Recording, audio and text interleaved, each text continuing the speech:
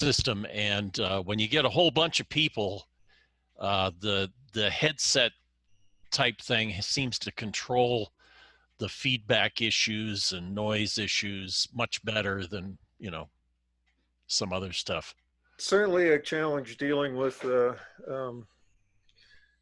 noise in the background with people from the little bit that I've experienced. A major part of the problem seems to be that more often than not, the people who are making noise don't realize they're making noise because they're not actually hearing their own microphone. So, all right. Good morning or good afternoon to all you folks that have joined. We have Jack still trying to join us. It's quite the little studio you have set up there, Tim. It's a lot of stuff in the background. You guys have used Zoom before. Tim Moore has used video conferencing. John, you've been Zooming? Yeah, either between Zoom and then at work, we also use GoToMeeting, which is just who we have an account with. Okay. And I've used a couple times, I've used Microsoft Teams. Okay. As the other one, but yeah, Zoom is kind of seems to be the one that most people are familiar with. Default to. We have, our fourth person here who is named Linda Hatchell, but that's not Linda. Could you introduce yourself? This is my wife's iPad. I'm Mike Wingert. Okay, so nice to see you, Mike. You got some interesting clocks in the background. So, so how many people are using iPhones or some sort of tablet, portable device? I'm using an iPad. Okay, so do you see all four of us, or do you see just a little row of people on one side with the person speaking showing up? Actually, I only see you. Okay. Okay, I've got the other people now. I found it. Okay. Yeah, there's little things. There's a little plus sign there. Okay, we're getting some more people. There he is. There's Jack, and we're waiting for Lucas to show up. So Jack, you I assume you use Zoom quite a bit. No, not really. The one I use the most is a lot of video conference calls through work, and it's through Microsoft's platform. Okay. So I tried to sign in on my personal computer, but Zoom crashed for whatever reason, and so I decided that I could do this off my work computer since it's lunch. Okay. I know that there's they continuously do software updates and such. So, yep. Greetings, Dan. Hey. And I see you are muted. There, you're unmuted. Okay, yeah. Is it okay to do video? Is there bandwidth? No, I don't have a bandwidth issue, but I don't know if you guys are seeing choppy stuff or not. So, if you are, it's your internet connection. When a lot of people call in, though, sometimes it gets a little laggy. I've found from trying to teach classes using Zoom. Sometimes it can, but this isn't too bad. I often have groups of a dozen or so, and it's fine. Okay. Yeah. Well, it's good to see everybody, or at least some people. Everybody's staying healthy? So far, yes. Yeah. Over here, yeah. That's good. So is there an easy way to change cameras, Dan, without having to open up something? What camera do you want to use? Well, that's our choice, whether we want to use speaker view or gallery view. We can each choose that individually. Okay. Oh, that's true. See, I don't use Zoom enough. I forgot. I didn't realize you could just click between speaker view and gallery view. Yeah, that's up to us, right? So we can choose whether we want speaker view or gallery view. That's nicer. Everybody does a recent acquisition that they want to talk about for 30 minutes. Yeah. I think that makes sense. I'd like to see people's new acquisitions or projects or just like we always do, things people are selling. Yeah. Says Dan. Who's looking at your wrist and stuff? Well, this system works really, really well for more or less formalized presentations. You know, Ken Rendell's presentation at the last Chapter 21 meeting, which was just simply a share screen of a PowerPoint, that worked great. It was just dynamite, you know, because it was so straightforward. I had a problem in that meeting with a show and tell, because it's like you're trying to do this Right. using a computer camera, and you can never make sure that it's going to be in focus, and you can't get it very large and that sort of thing. That's the problem I had with the show and tell. And I was thinking if I dig out another camera somehow and use it instead. You can use your phone. I suppose, yeah. Yeah. If you want to give me permission to share, I can show you. Was that a W10 that you had on, Tim? What's that? This? Yeah. You know, it's just it's a little broad arrow. MWC is which I think is literally military watch company. I'm not sure. Nice, that's cool. Hamilton just came out with that reissue of the one that's kind of the similar case shape. Tim, it might be an option that you set when you when you set up the meeting. I don't remember where that particular option is.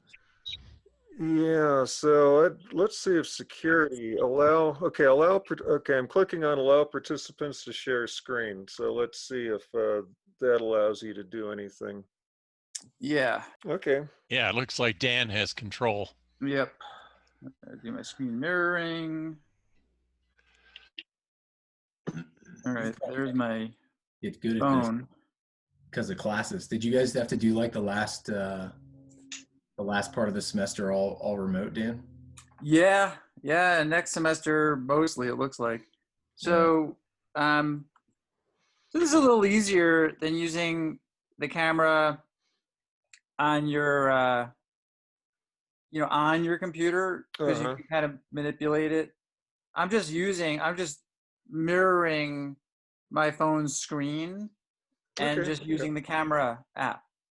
Yeah. There are other apps that you can use that are a little bit better suited. Like they don't mirror the commands on the top and bottom. They just mirror the actual image being transmitted. But I use that for lectures, but this is good enough, I guess, for this. So what are we looking at? You got a one-button chronograph? The watch is this is a mono pusher I've been wanting for a while. I finally found a decent one. Sorry, the lighting isn't that great in here. That's actually a bigger issue. So it's a reference 45899. This was, the case back is not very good condition on this one, but let me see if I can get the right angle. This was a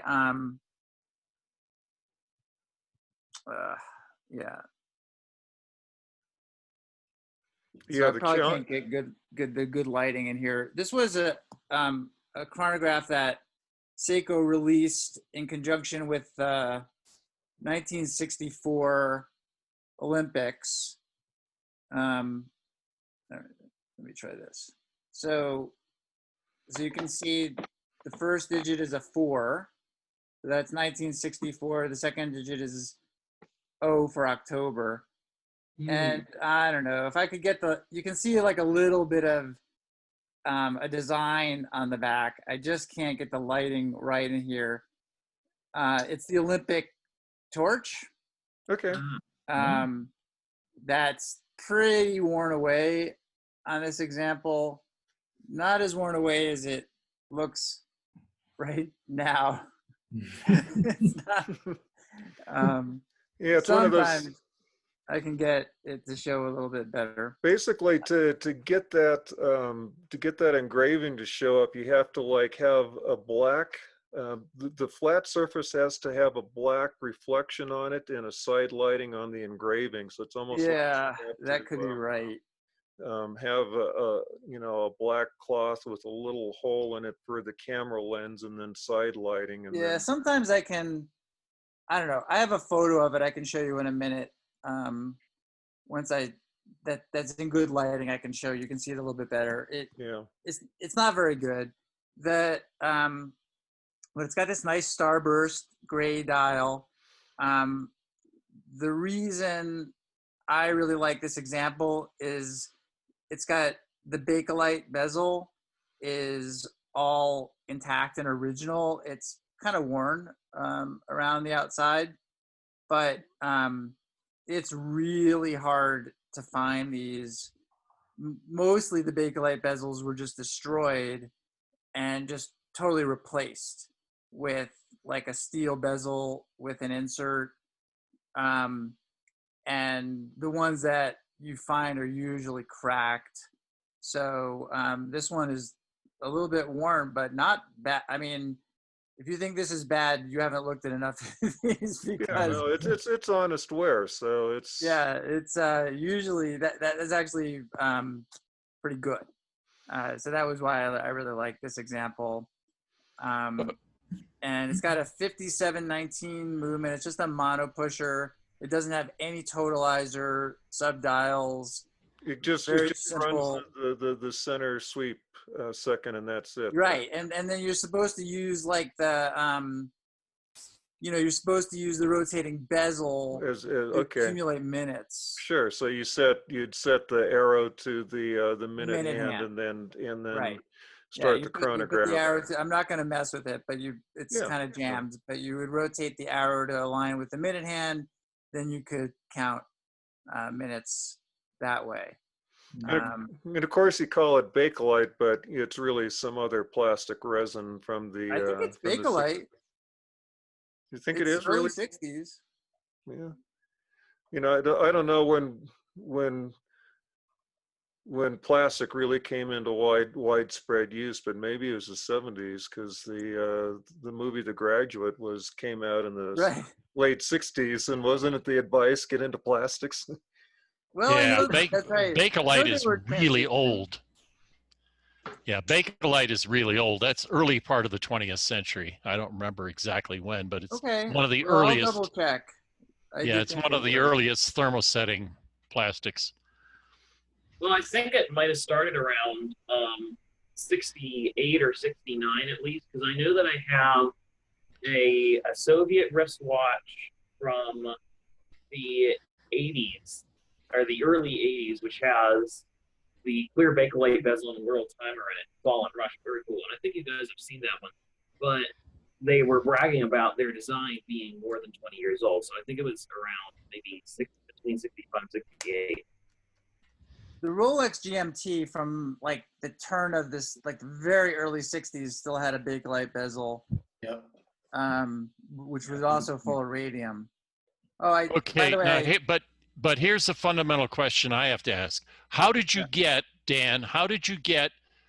Zoom to recognize both your computer camera and your phone simultaneously? It was just in screen sharing. When I clicked on screen share, it gave me a handful of options about which screen I wanted to share. So you can try that. I'll end my screen sharing. I pulled up this still photo of the case back that I took in better lighting. Mm-hmm. And you can see the Olympic flame if you look closely. Yeah. That's this Olympic flame. Watch runs well, but it has a mainspring problem. When it will never go to full winding. I can just wind and wind and wind forever. And it only has about 11 hours of power reserve. So is a manual wind? That's right. It's manual wind. So so it should wind broken, and then or the yoke isn't attached correctly. There's something wrong with the mainspring. So that's the repair that's needed. But otherwise, pretty pleased with it. So that's my latest, and I now have 3 Seikos. I just watched the movie The Deep with Nick Nolte and Robert Shaw. Uh-huh. And I think, it was like a couple years after Jaws, and I think he wears the Seiko. What is it? The 6-1. What is yours? The 6110 or something? This one? Yeah. This is yeah, the nickname is the 62 MAS. That's what everyone calls it, 62 MAS. Mm-hmm. But you're right, that's not the whatever's on the case back, right? It's like the I'd have to grab it. I can't recall what the official designation is. Yeah, and this came with this beads of rice bracelet that fits it well, but it's not right for it. Is it 6217? Anyway, why don't I Yeah. release the screen sharing so other people can practice? I'll do stop share. Actually, I have another meeting. Who else wants to try? So you were asking, Tim, if you click screen share at the bottom of your screen? Yeah. You Let's could see. try it now and see what comes up. Okay, isn't it? I've got some options. I've got iPhone, iPad via AirPlay. Yeah, that's what I use. Okay. Apparently, I don't have AirPlay turned on. Yeah, it says there's a plug-in required. So. Just click on install. Okay, it'll install it in like let's 5 see what seconds. happens. Okay, all right. What happens if you're not a slave to Apple? Yeah, but then you have to go to your phone and enable mirroring. Yeah, I see. Well, that's gonna.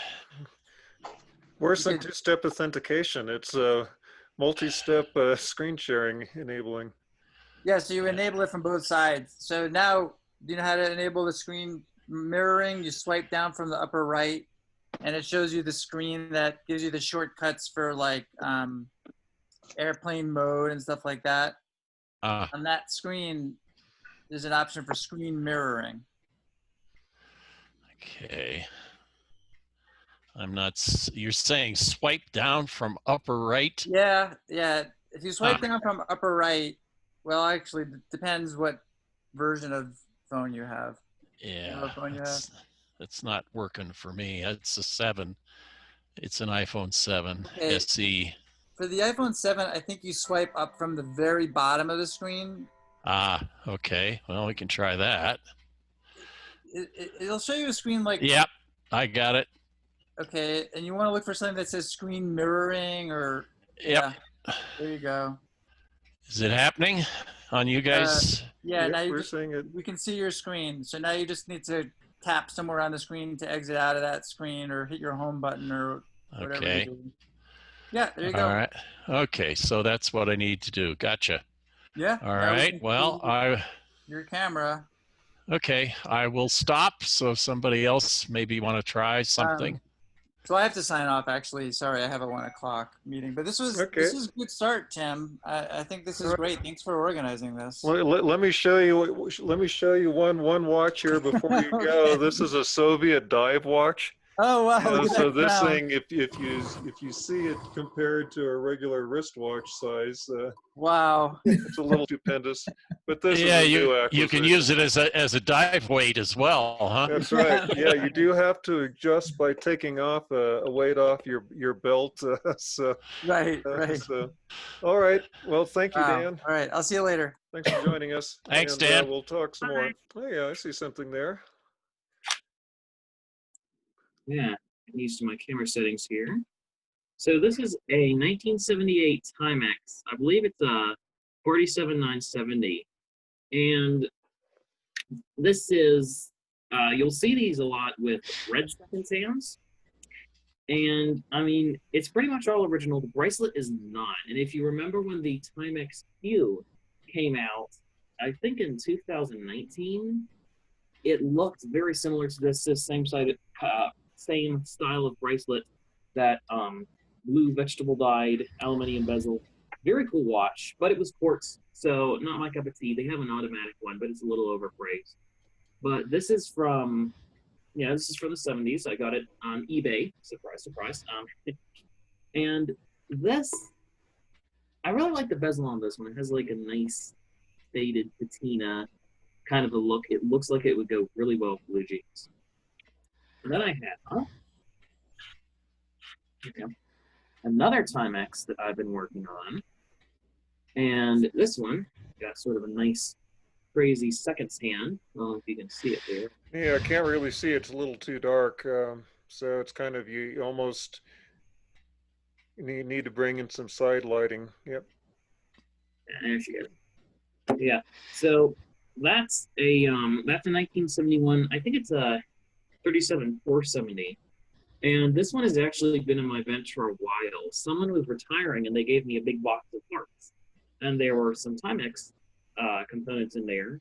And I finally gotten to the point where I can, take them apart and service them. Now, one of the cool things you'll notice about this watch, if you look at the indexes on the bezel, you'll notice it counts backwards. That's because it's not a diving watch, it's a countdown watch. So you set, instead of setting 0 to the minute hand, if you want to count down 20 minutes, set 20 to the minute hand, and then it will tell you when 20 minutes is up. Oh, fascinating. Yeah, and very clever design. And I think that, I don't know if this is Bakelite, but it reminds me of the watch that, now what was his name? I'm sorry. Dan? Yeah, that he was showing off earlier today, and I like the second hand on this one. And then I also have this, which was a birthday present a little while ago. Wait a minute. Why are you going down there? Working backwards here. Yeah, it's a little not intuitive. Yeah. So. Yeah, and this is sort of a sense of humor watch, I suppose you would call it. The 1030 calendar is mainly the reason why I bought the watch. Very unusual, completely original. It's got a nice little press, and if you look close enough, you will notice that it is called a Corona, which is one of the other reasons I picked it up. Appropriate for the time. So. Yes. Yeah, and this watch came with it, and these two watches were from Egypt. This is a very beautiful little Atlantic, and I'm not sure what year this is from. I think it looks 70s, but this has a woman's movement in it. It's a unisex watch, and I mean, I've been looking for some really unusual square watches. I have a lot of round watches. Yeah, that's a nice looking watch. Okay, and there's something that looks like an Invicta. Yeah, actually, this is an SUG, and this is a sort of a weird little Chinese watch. I think it's got a seagull in it. I don't remember the exact type of seagull, but the bezel doesn't turn, but it does have a reserve indicator. And this another wonderful eBay find. I paid a little extra for the blue dial and the blue strap, which are original, especially in all stainless steel, because the watches usually only came with black dials and black straps, and you can pick one up from eBay for about $30.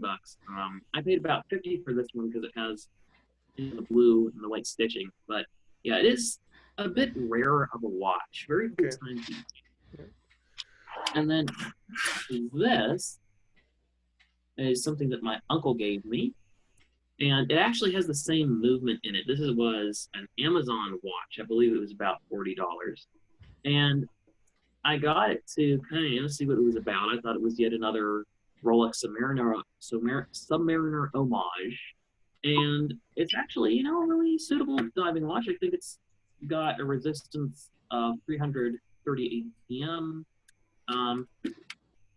You can see, it does have a display case back, so you lose some of your water resistance there, definitely. But it's pretty cool little diving watch. And I forgot to show you the back of this crazy blue dial watch here. Here we go. That is a fully decorated seagull. So Yeah. So the classic situation with all of these is, we see a little, a small watch in a bigger screen and not a whole lot of details. And that's kind of what I figured would be the situation of these meetings, is that it's the whole sharing aspect is a bit of a challenge. And I really played with cameras quite a bit, and I found out a way to change my okay, Tim has started Yeah, screen I'm sharing. trying. Let's see here. I just disabled screen sharing, and so I kicked you Yeah. off. So I did the Is it going to kick us off, Tim, here in the okay, next couple minutes because of the 40-minute Let's see limit? what happens.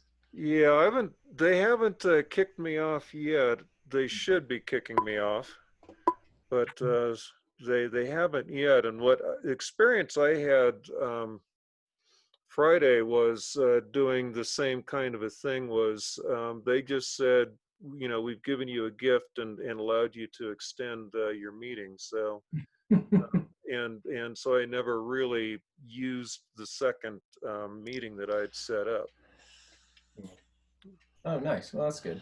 Okay, so now we're getting, okay, There we go. Yeah, there. Yeah, so what winds up happening is it gets real jerky when we enable screen sharing.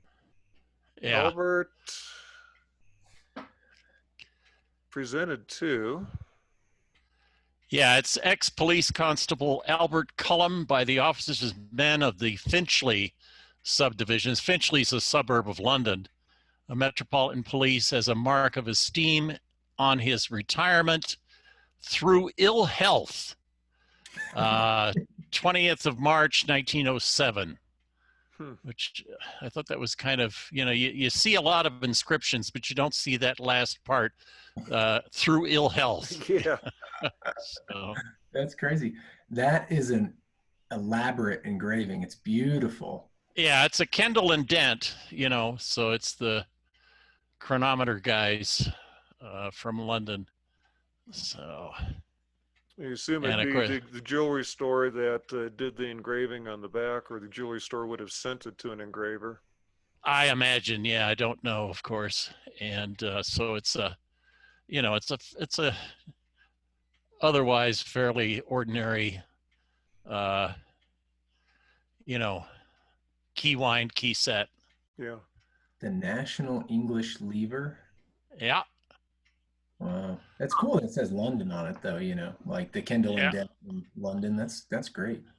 Yeah. So I stopped share. So. Yep. Sean, what are you working on?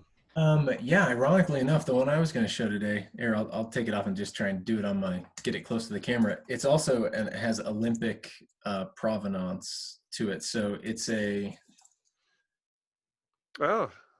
Seiko. Is it backwards? It's backwards on my. No, it's okay. It's a little too close. It's out of focus. Well, it's not bad though. Yeah. Let's see. So it's a 6319 or 6139. It's it's called the mustard dial version of that, is that one that they call the Pogue, that Colonel Pogue took up to the space station in the 70s. And I'd seen these a while back, and I always wanted one. And I always kind of thought the mustard dial was it's just a little bit too bold. So there's this blue one, and actually Ed Harris wears this in the Apollo 13 movie, as he's like the commander, so he's got one of these on. And this one is it's the same thing. It's got, based on the serial numbers on the back, you can date them. And this one belonged to a guy who went over to Japan. He was a cameraman for NBC, and he did all the filming for the 1972 Sapporo Olympics in Japan. So it came with all this like Seiko stuff, which is, and they're like the little date bands that you would stick around your watch band. Mm-hmm. So it was, I guess Seiko was the official timer. And then it came, the logos are all these little Seiko bears that are doing all the different sports. So there's that. There's this little tag that it came with, the official timer for 72. It's got the dude's name on the back. And then it came with these bigger stickers, which are still on the sticker sheet, which is kind of cool. So you got your little bobsled bears, and they all their little scarves say Seiko on it. And, that's cool. And then the cool thing was this little card that came with it, and it says, yeah, dear friend from abroad. And then it's got like this is a gift from Seiko that basically says like, take it with you. And, we hope you remember your time in Japan fondly. And then it's little Seiko bears with little paw prints and stuff on it. So it was a cool little package that I got all together. The watch is in pretty kind of like Dan's. It's in what I would consider sort of like honest shape. Like it doesn't appear to have been polished. The edges are still like pretty sharp. The buttons, are still pretty sharp and stuff. And the band is kind of, it's got scratches on it, but it's all original. And it was really dirty when I got it. Like these bands have all these little recesses in the links. And I put this thing in an ultrasonic cleaner for like a day, and it still had stuff coming out of it. The water was just brown when it was done. So but yeah, it appears to have a new crystal on it, just based on like how everything else kind of faded and scratched up. I think somebody put a new crystal on it at some point. So it's in good shape, and I haven't opened it up yet to look at it, but it's been running. It's an automatic, obviously. So I've been just kind of wearing it on and off, and I figure it'll be okay until I open it up. But one of the cool things, it has the crown. So it's a recessed crown. And when you push in on the crown, one click, and it changes the date. And then if you click in 2 clicks, like if you push it all the way, it changes the day and the date. Mm-hmm. And then if you pull it out, then that's how you set the time. It reminds me of the Zodiac SST 36,000. Okay, yeah, I'm not familiar with that one. Yeah, some of those had a similar kind of a thing. So does the dial say waterproof or water resist? It's resist. It's 70. I don't know if you can get it. 70 resist, water 70 resist. Some of them, Dan knows these things really well. He's Mr. Seiko, but I have one of those mustard dye colored pugs that I got last year, and he was telling me about some say waterproof and some say water resist, and waterproof are, I think, the rare ones, and then there's some that don't say anything on the dial. But in doing all my research, there's like 3 things. So it says Seiko and then automatic underneath it, and then over here it has the 70 resist. That's the dial layout that I guess Colonel Pogue had, because they made one that said automatic chronograph, and then it didn't have the 70 resist. And then there's one that just says automatic without the 70 resist. So there's all these different variations, but for whatever reason, this is the one that he had. So I kind of looked for that specific one. The other thing that's cool is it has an internal rotating bezel. So if you just turn the crown just in its position, the little bezel inside, little timer bezel rotates on the inside. So that was kind of a cool little neat thing. It's a pretty capable little chronograph, actually. Yeah. And I didn't know very much about them until like March or maybe February. I started looking for one, and then with the lockdown, I just decided I would take a deep dive into everything, and I finally found this one, and it's in good enough shape. So I thought it was a cool little thing, especially with the Olympic provenance. So yeah, the Olympic stuff was actually really really great. So the looks like you've also got the original strap on it, bracelet, and there's the first unofficial automatic chronograph in space. That was the fun thing used on, I forget which space lab or Skylab mission it was on. Mm-hmm. So yeah, it's I a lot of my collection has to do with like aviation or space flight and stuff, space exploration. So I thought it was a perfect addition. And they're still pretty reasonable. I mean, I think if you buy the ones that have been, really, quote unquote restored or ultra rare somehow, I think they can be kind of expensive. But as for a chronograph that's, a contemporary of the Daytona and the Speedmaster, it's extremely reasonable for pricing. Yep. So we got a new participant, John Cook, who is muted at this point, but if you can unmute yourself or press your space bar and tell us where you're calling in from. I'm in from beautiful Lafayette. Laugh it up. Awesome. So, Playing hooky from Zoom meetings for work right now, so this is great. so good. So looks like you got yourself a wall-mounted clock in the background and can't see what's in the display case. This is the one in the background back here is this is a restoration I did on a schoolhouse clock that could control the bells. And a guy rescued it from his middle school. I'm not exactly sure what the vintage. I have the paper tape. I have the last order the school received of the paper tape because that's how you account it for weekends and calendar and school holidays and stuff. So I'd love it to set off some bells or something, but at least it looks good on the wall back there. Yeah, it's nice. I see a power cord hanging from it too. So yeah, it is electric. Yeah. So one of those school master clocks. And so the tape, is it like an endless loop that goes, moves across contacts then? Yep. It looks not unlike if you've ever seen some, almost like a ticker tape kind of punch tape type stuff. Yeah, standard punch tape, like CNC punch tape. So yep, it's cool. So wanted to get to Jack Wood, who's muted, but Jack, what have you been working on? Anything new? You said you've been buying stuff since the lockdown happened. Trying not to buy stuff in the lockdown because it's just too easy. Like John, kind of playing hooky from work, but then again, I'm sitting exactly where I would normally be for work. So am I absent from work? I'm not sure. And I'm also on my work computer, so don't tell anyone. But yeah, I've actually done a couple, had a couple watches come in.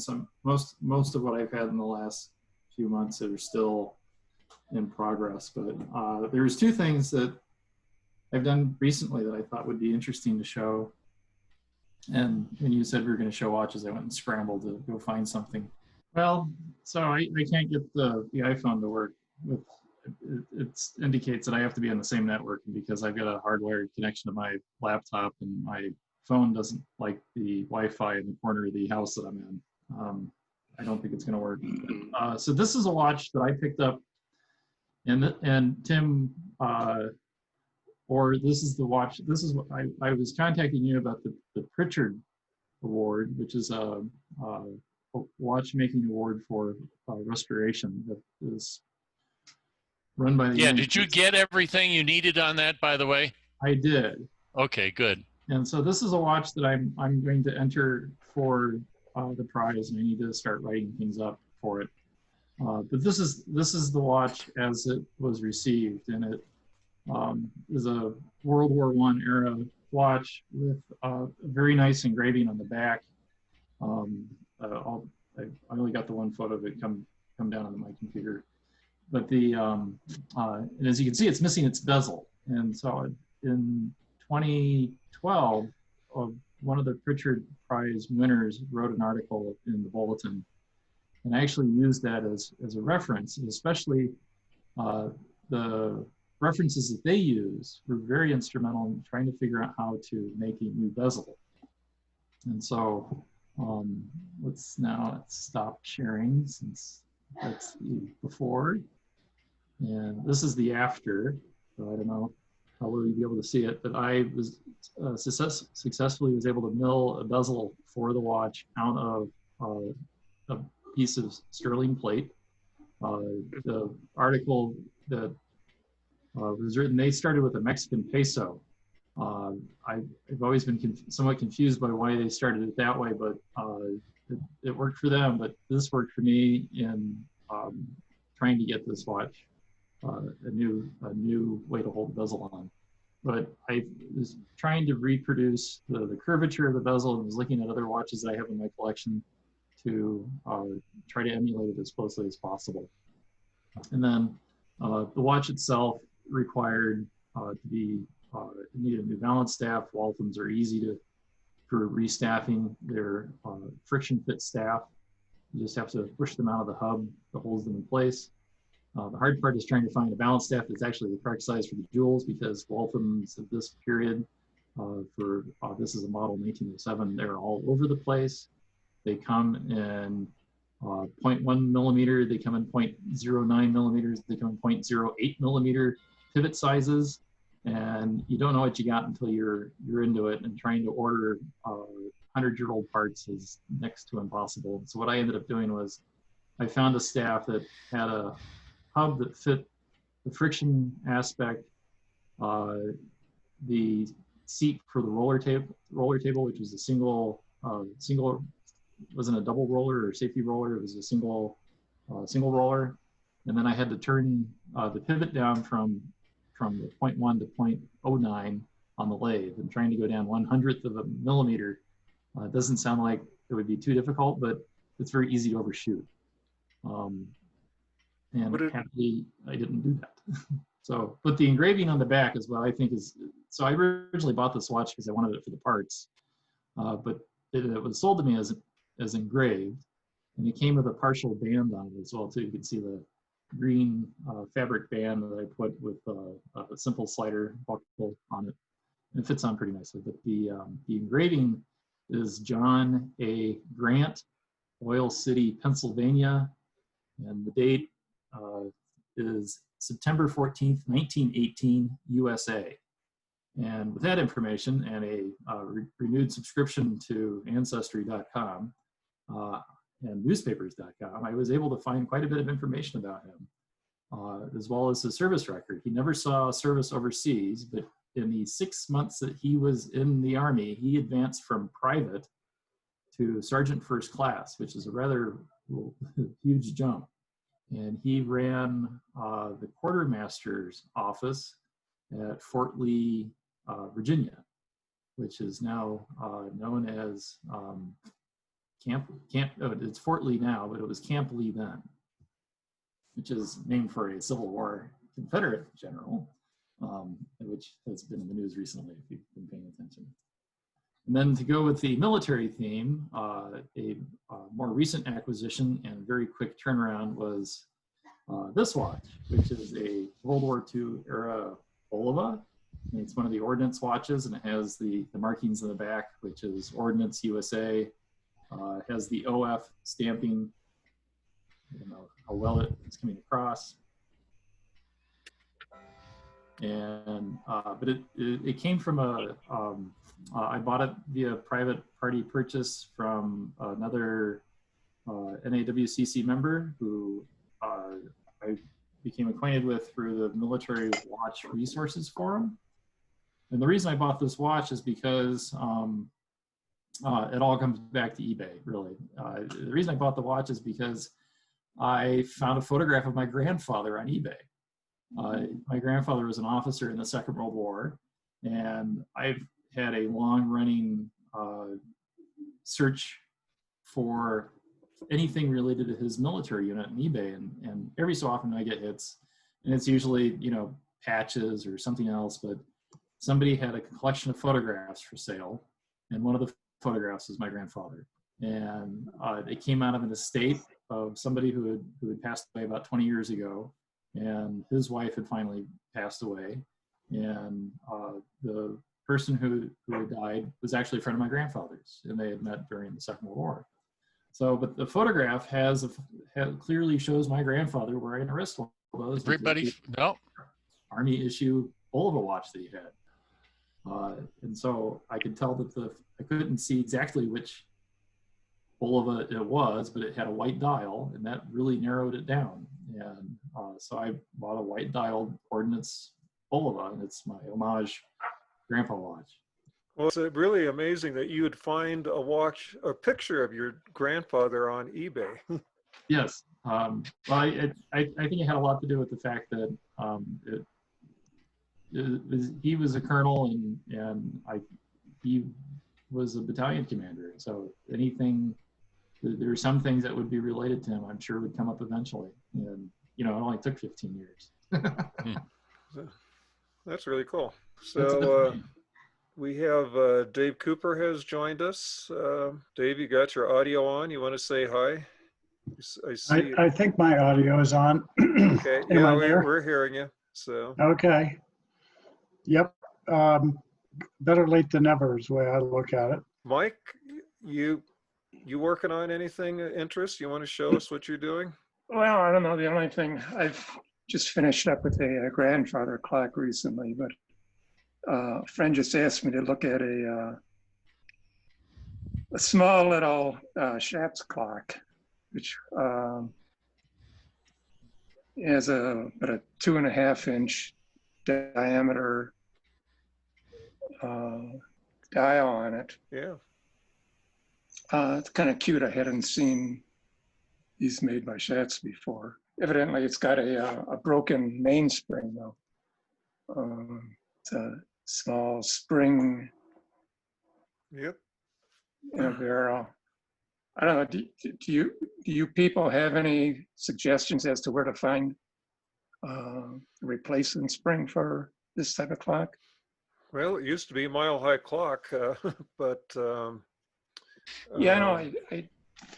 I checked a couple places and I didn't find anything that had quite the correct dimensions on it. It's about a 3.6 millimeter wide and about 3/10 thick. I don't know. I was just kind of looking earlier today too to see when might be available. Dave, you got any suggestions on that, Dave Cooper? Not necessarily. I guess if you post the dimensions on our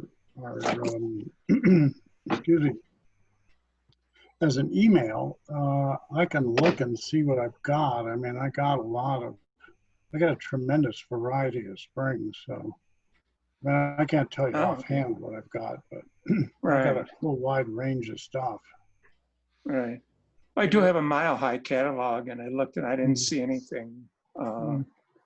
Well, that Lou had there. The problem today is that they probably make about 20% of the springs they made 50 years ago.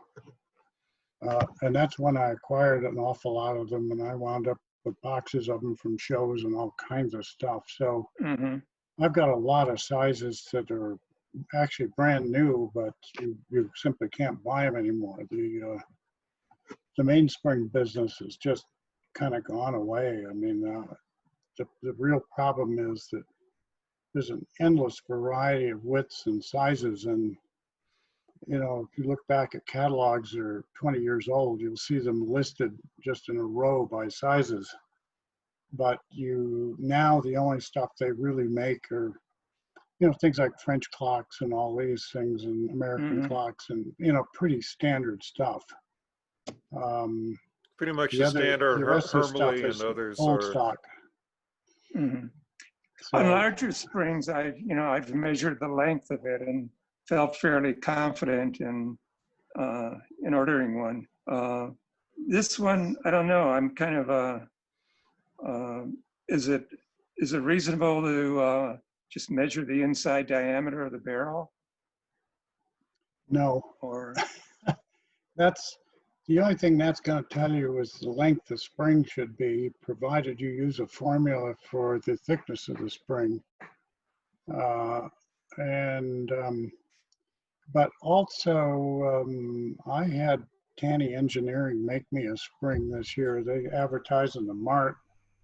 Now, granted, it was for an English fusee clock, but they did a hell of a nice job. But by the same token, it's got to be worth the money to have a mainspring made. Right. Yeah. That really wouldn't be an option, I think, for this. It's just something I'm trying to do for a friend. Yeah. Well, if you'll post the dimensions metric, I can take a look and see what I got. Okay. I appreciate it. Thank you. Now I have something that I've kind of been fiddling around with, and it's down in my basement. I can run and go grab it, but I think that John actually might be interested in seeing it. I'll be right back. You know, the other option is going with a shorter spring and you don't get as much run time.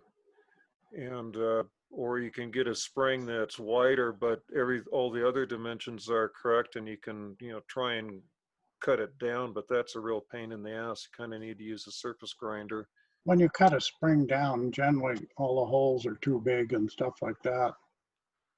Right. But you know, a shorter spring will really run a long time. I mean, most of the springs that are put in barrels are too long, and just by, you know, looking at the barrel with the barrel arbor in there, the spring should not even visually occupy more than 1/3 of the space of the barrel. If it's half air and half spring, it's already too long.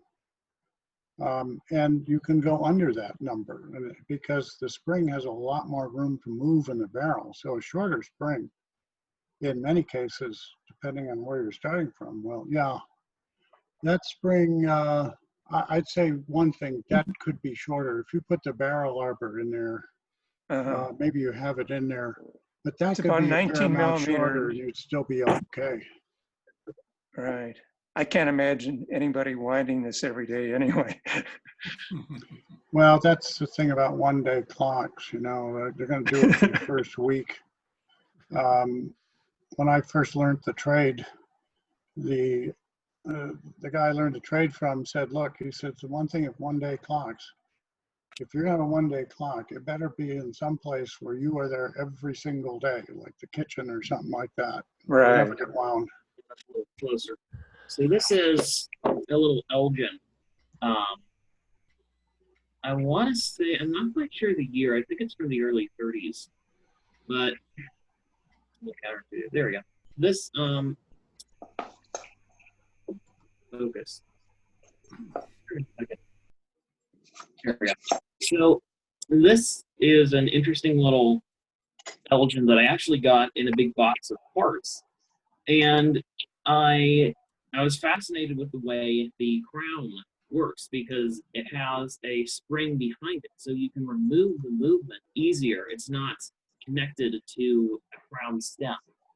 You pull the crown out, and the crown is integrated into the case. And when you want to pull the crown out to set the watch, it locks itself in the case. I'm not sure of the proper terms for what the Well, it's got a sleeve and a detent. It's just like a standard pocket watch, American pocket watch, right? It's known as a negative mechanism, so that when you pull it down, it's actually pushing in on the detent. Yeah, very clever little movement. And both of these were things I got in the same lot, and I think that it is all original. I don't have the hands for it, but I do, or I am working on the balance wheels. You can see the balance wheel. Let me get it open here. The balance wheel isn't in there right now. But yeah, I mean, the movement's pretty much complete. As complete as I would expect. The kind of bummer thing about this, the kind of bummer thing about this lot is the person who had owned the lot, I'm not sure if they really knew what they were doing because everything came to me completely disassembled. And I was surprised that this actually had an hour wheel in the movement because I was able to fit a face onto it. Well, very cool. Let's move on to John Cook. John, you want to tell us how you've been spending your pandemic lockup? How you've been isolating? Yeah, I'm kind of lucky in that my employer, when I took my job, I was full-time remote anyway. So rest of the company's adapting around me. But the fun of this, as I told some of you when I got to meet a few of you in person the last time, is moving cross country into a new home. So I'm slowly but surely getting stuff undone. I've got something I'd like to share. I have a little piece I'd love to get going again, but it is beyond my means. I don't have anything set up for a workshop yet, but let's see here. Can you see this little Chelsea? Yep. And I could have sworn at one point in time it worked, but I'm not even seeing any movement on the balance wheel.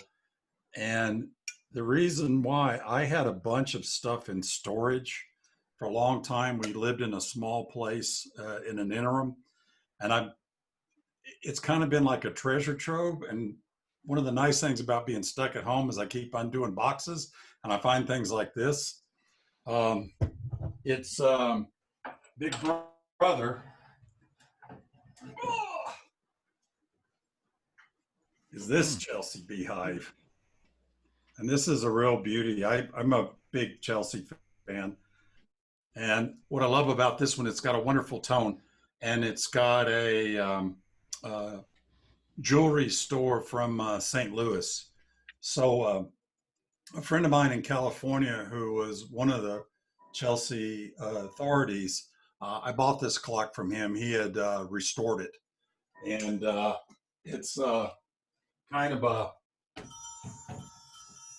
pride of the collection now. So I'm hoping that take a little bit of the rest of my time, and I've got a storeroom in the basement that I'm going to try to turn into a workshop and get going again. My skills for repair are relatively minor. I've had some classes in kitchen clocks and things and know my way around those a little bit, but I'm hoping as I've got a bit more time, I'll get a little bit better at some of that type of stuff. And then I'm kind of I'm just a wristwatch nut also. And I also like Boulder Accutrons. I don't know whether you're fans of. Yep. Here's some little Yep. desk clocks made from Accutrons. Here's a very special one that if I could figure out where I set it, that some of you will appreciate. This is an Accutron that was out of a satellite or a facility, so that it actually uses a 214 movement inside of it. So these were ones that Bulova did that for industrial purposes, but when you had to not be sure you were going to get electrical to it. But it's one of my favorite little pieces. I especially like the 24-hour the dial on it, because I'm kind of a fan also of almost anything. If it has to do with the military and timekeeping, I'm a fan of that as well. So those 214, they call them instrument clocks sometimes, or panel clocks. They were also used in F-16s during the Vietnam era. I think that's where a lot of them came from. And I don't know if you've seen this book before. You can buy it. You can buy it through. I need that book. Yes. So it's not a great book, or it's a good book, but there are some major omissions on it, and there's a lot of, just these pictures from salesmen. Oh yeah, from catalogs that are sort of interesting, but those make up the bulk of the book. But it's a good book, and if we ever get together again in person, you can look at mine. It's not a cheap book, but if you're into Accutrons, it's a good reference. Well, next time we get together, it's in storage now, but I probably, for a while, I kind of collected Accutrons like people collect it. I don't know if any of you were coin collectors. That's how I got started collecting my kids, right? And you had type sets. I was trying for a while of getting every different variation Accutron I could get. And I stopped after about 75 or 80 of them. So, but I really do appreciate, to me, that whole brand of a company with Bulova's tradition, and then being a person that works in the high tech business, their ability to be able to create that movement and stuff like that, to me it's always a fascinating combination. And my real interest in clocks and watches and everything was when my father gave me his 218 that, as a good mechanical engineer, he had purchased to show off to the guys in the office. And when he grew tired of that, that became my watch for a long time. So, well, that's very good. I gave a presentation last year to the Denver chapter on Accutrons, and it went on for a couple hours. So I've spent, a fair amount of time with them, and have been a big fan of them. Fantastic. So we might try and do something, in this format over a multi-session period. And I hope to get Chris Radick, who's in Lincoln, Nebraska. He services Accutrons and other tuning fork watches, and has developed the ability to rewind the coils on them as well. So wow, he can do that. The thing we're short of are index wheels, and on the 218s, the center minute wheel clutch is a major weakness in them, and there are no real spare parts readily available. It's a random luck if you find them. So there's some challenges to them, but there are people working on these things. No, I wish. That's another thing I would like to do, is learn some more skills around that. The best thing I ever did was I bought out a repair shop's Accutron part stock. And, it's kind of funny, it's like a lot of things I'm sure we've all seen when you look and doing repairs. There's certain things that never go bad, and there's plenty of that in the repair stock. And then there's the stuff like the forks and the coils and the index wheels and stuff like that for Accutrons that there's never quite enough of. But I have tried to amass some of that just because I like the idea of keeping the collection going. And sure. People are still fascinated to buy them today, especially if you wear a space view or something and go out. People actually ask you questions about it, which I love that idea. Yeah, that's cool. So we'll have to definitely consider doing something like that, and I would recommend that you take a look on YouTube, and you'll find an AWCI video from it's a pretty early one, but it has a bull of a factory guy going through the servicing of a 214. It's about an hour long, so it's kind of great. There's things out there.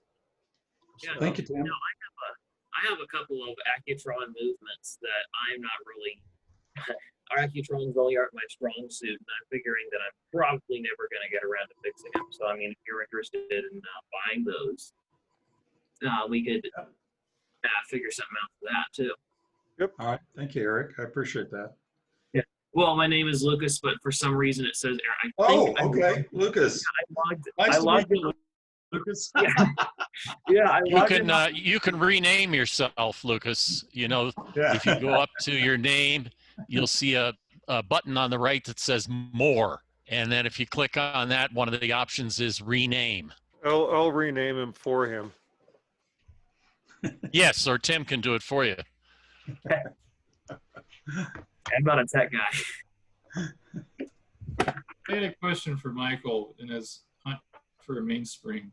It is Michael, right? Because currently he's listed as Linda.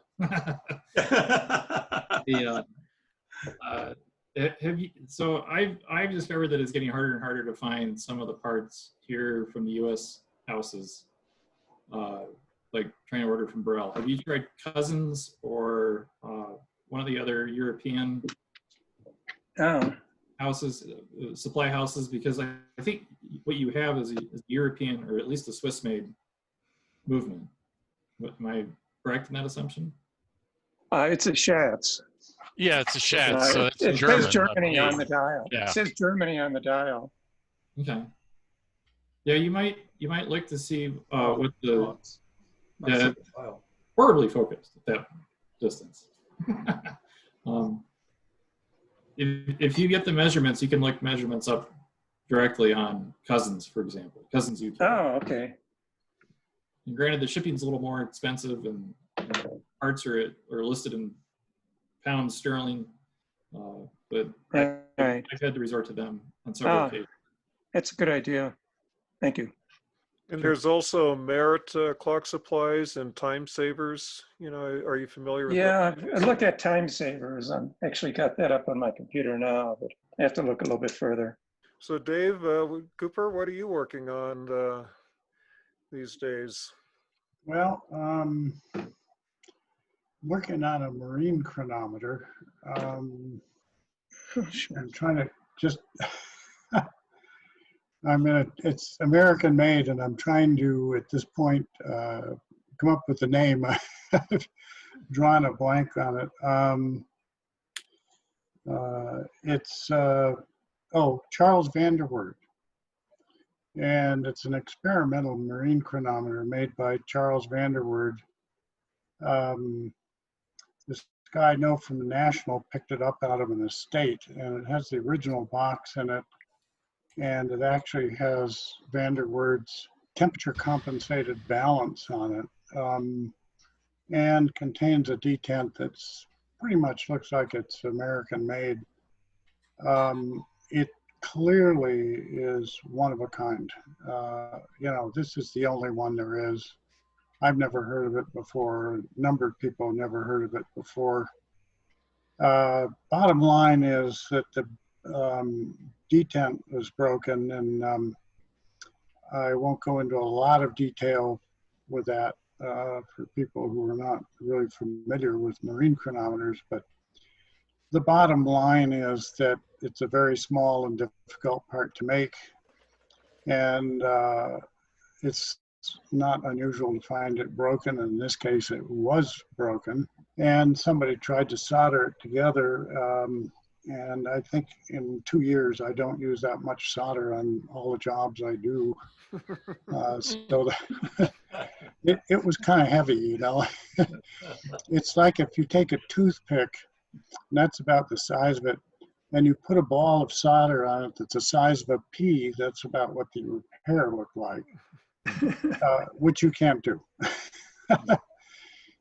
So the bottom line is that I'm, in this instance, able to get away with making half of this, which would be the foot and the spring, and then remainder of it, which locks and unlocks the detent and the escape wheel and stuff like that. Fortunately, has one end of it has the passing spring is screwed onto it. And so I'll be able to actually attach the detent spring there. In normal repair of detents for marine chronometer service and real service, you wouldn't do that. But this is a case where it's a very historical item. And there's two thoughts behind it. One is that it will save about 15 to 18 hours on the restoration at $1.25 an hour. And number two is the remainder of the detent there is, I believe, American made. And so then we'll have a piece that's restored, and we'll have a new spring and foot on it, but the remainder of it will be original. And I think the case here is to keep it as original as possible, and the chronometer will run. And quite honestly, I'm sure it would be fine even over long periods of time. If I didn't think so, I wouldn't do it. So, but it's quite a fascinating piece and very unusual. The chronometer itself is clearly made in England, but it's made to order. It's not part of a run. When you find American chronometers, once you get under the dial, you'll find numbers under there, other initial stampings and stuff like that, which relate back to the person in England who made the Blanche, or the whole chronometer for that matter, and then dialed it to suit the seller or the buyer or whatever goes on. And this one's quite strange. I mean, it's a very high grade one, but there is not a mark on it anywhere. There's not a serial number, there's not a stamp, there's no initials, no nothing. And so this was really clearly a special order by Vanderwert. as far as I'm concerned, it's one of a kind and a pretty significant piece of Americana. And fortunately, it has the original case with it. It was originally marketed and sold in New York by a famous maker there. It wasn't a maker, but a chandlery. So the lineage is correct. So it's been quite a bit of time working on this thing. I won't go into all the details, but you're dealing in thousandths of an inch here, and these are very critical dimensions in many different ways. The dimension, the length of the spring, the width of the spring, and more importantly, the strength of the spring, and how the whole thing fits together to make the chronometer work. So at some point I can post some pictures when it's done. The whole thing is totally in pieces because I'm working on that one section, and so it really has to be torn down completely to work in just that one area, and then it'll go back together, and then we'll have a really very interesting piece to look at. My time is running short. Okay. Mine too. I actually have to go back to work as well. Okay. So thank you very, very much, everyone. And Thank you. I'll be you again soon. What I'll do is I will send some pictures to Tim, okay. and he can post them that I've taken along the way of repairing this chronometer. So what I'll do is set up a Dropbox folder for you to put pictures in, Good. David. Yeah, good. And, That'd be great. I've also created a Dropbox folder that I thought we could do as a sales corner, so to speak, where people could upload pictures of things they want to sell, and maybe you would take a picture of your item along with a handwritten contact information, and Yeah. you know, you could just post that as a JPEG, and that way it can't be harvested by people that you might not want them to harvest things automatically, although being a Dropbox, they probably, you know, you have to have a direct link to get access to it anyway. But David, I was wondering if you'd be interested in doing some pictures or a video of your shop, do a shop tour, and we could do a meeting kind of oriented around, you know, your shop. I could do that. I really have to go. I've got Okay. my wife's calling me. We know how that goes. See you later. We so I really got to go. You know, it's a valid excuse. Actually, it's not an excuse at all. It's a fact. So, all right. Okay, we'll see. Thanks for joining us for a little bit. You're welcome. Bye. Bye. Thank you, Tim. Thank you, Tim. Thank you. A couple of comments here. I've found where I can change cameras for me. So let's see if it will allow me to do it. So, okay, so this is a little microscope camera, and I've got a fourth wheel here that I'm trying to repivot, so there's a hole in it. It's not focused very well, but you know, it's sitting in a piece of radicchio. I can zoom out, but this is a USB camera that is kind of a toy that one can play with. And then let me switch to a different camera.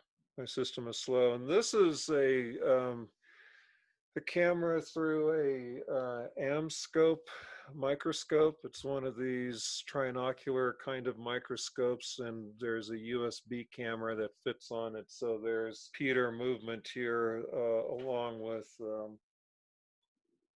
it's a detent, so it's not going to focus very well, but this is, you know, kind of an example of some things that we can do in terms of presentation. So if any of you guys think that you want to do a presentation of some kind, these are our options. Anyway, these are all different USB kind of technology cameras that you plug into the computer, and Zoom recognizes you know, all these different cameras, and you have options for selecting these different cameras, and trying to come up with ways to figure out a way to do interesting meetings. Comments, anybody? I think good. Tim, anything from you want to add about the NAWCC or anything now that most everybody has signed out? Well, no, not at this moment. I always encourage everybody, take a look at the new website. There is a new website, same address as the old website, but it's replaced that, and it's much prettier than it used to be. And in a lot of cases, we've made things a hell of a lot easier to find and get to.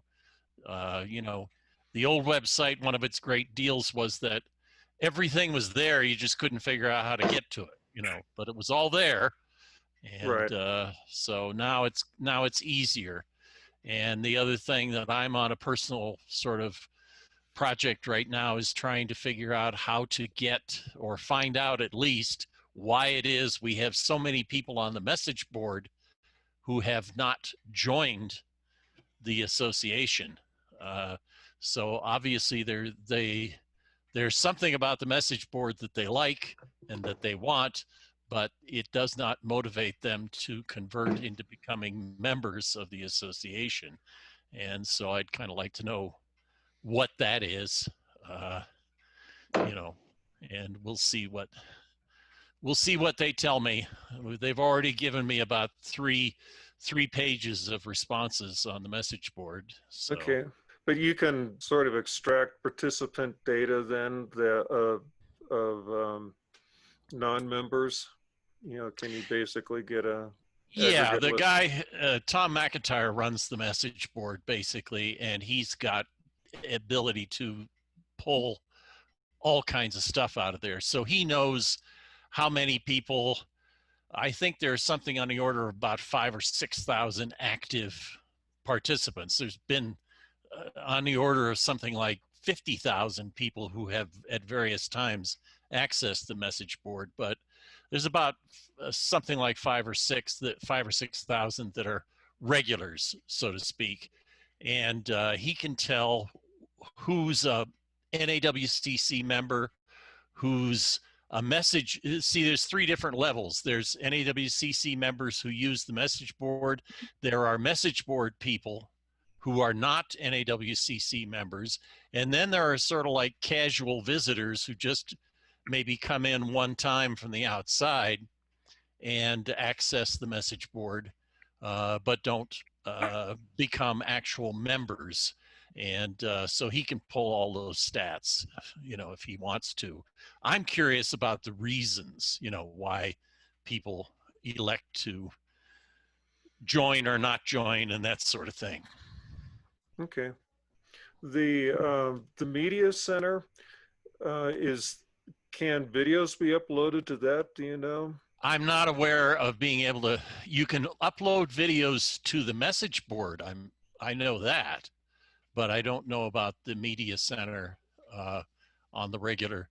See, that's the other thing. It's not apparent to everyone, but we've got at least, as I recall, we've got at least 3 or 4 different actual websites that are sort of loosely linked together. In other words, the message board could stand alone. The NAWCC website could stand alone. And then there's another thing called IMUS, which has membership data and collection of data for memberships and stuff like that. And, you know, so there's what we're, amongst other things, trying to do is stitch all these things together to make them, if possible, somewhat more seamless than they used to be. But it's the reason they aren't all one website is because of money, you know, and money and time and work and all that kind of thing that it would take to create a single website containing everything. Okay. All right.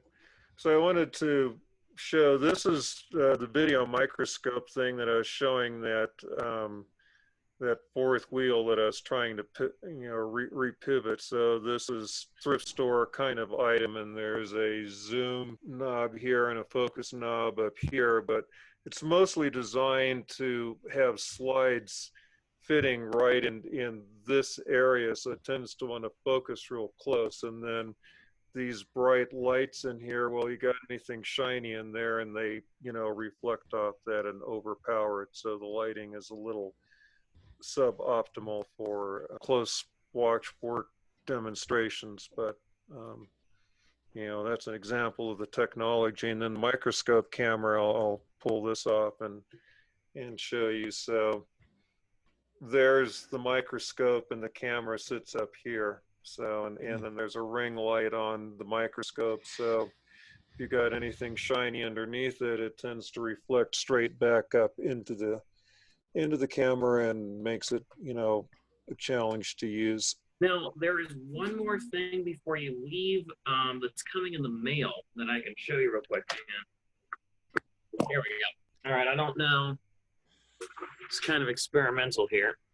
There we go. So this is an eBay find, and I've actually been looking for one of these for a while.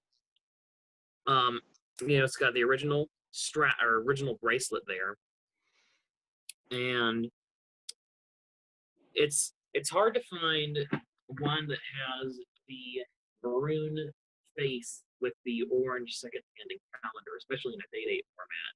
And it's called the Spaceman. Actually, quite a few people made them, but OMAX made the most Spacemen. And what OMAX did is during the quartz crisis, they had to sell all of their mechanical analog watches. So they sold a lot of OMAX Spacemen to India and Saudi Arabia and parts of Southeast Asia. Companies like Continental sold all their watches in Mexico. But this was sort of the Indian Swiss watch distributor, I guess you could call them. And they actually, I believe they were a subsidiary of the company that was responsible for the designs behind Rodeo. Or actually not Rodeo, Rado, which was sort of a company that was similar to the if you've ever seen those watches from India, they usually have square cases, round acrylic crystals. They have that same kind of 6 o'clock calendar. So if you go to, I think the watch site is crazywatches.pl. It's a Polish collector. It's actually an exceptionally good website. He has that. That's one of the watches he has on there, but he's got all kinds of the crazy funky 70s designs and other things. Well, gentlemen, anything else we should talk about? You want to talk about? All right, Tim, Mike, Lucas. Thank you.